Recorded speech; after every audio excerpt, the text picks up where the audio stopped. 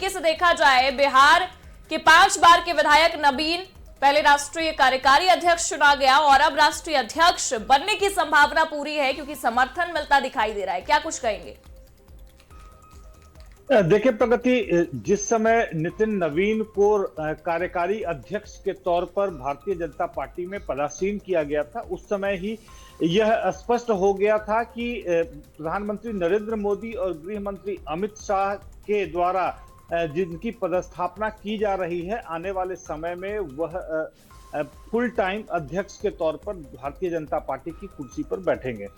सबसे अहम बात आपको बता दें कि आज दोपहर में 2 बजे से 4 बजे तक नामांकन होना है और 4 बजे से 5 बजे तक नामांकन पत्रों की जांच की जाएगी। 5 बजे से 6 बजे तक नामांकन पत्रों की स्क्रूटनी वापस लेने का समय है। 6:30 बजे के लक्ष्मण, जो कि भारतीय जनता पार्टी के चुनाव प्रभारी हैं, वो इस बात की घोषणा करेंगे कि इस बीजेपी अध्यक्ष के तौर पर किन किन लोगों ने पर्चा दाखिल किया है।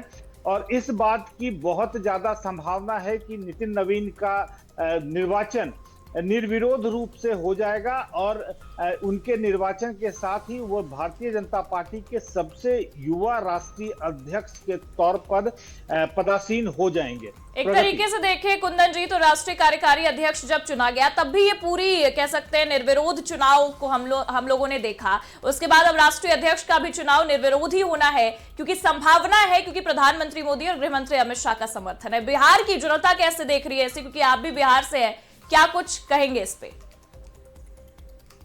देखिए, जाहिर सी बात है, बिहार के एक विधायक, वो सांसद भी नहीं रहे हैं, बिहार के एक विधायक और 2 विभागों के मंत्री को जिस तरीके से राष्ट्रीय परिप्रेक्ष्य में लाकर बिठाया गया है, वह अपने आप में बिहार के तमाम भाजपा कार्यकर्ताओं की बात कर लें या बिहार की जनता की बात कर लें, यह आप में काफी गर्व का विषय है।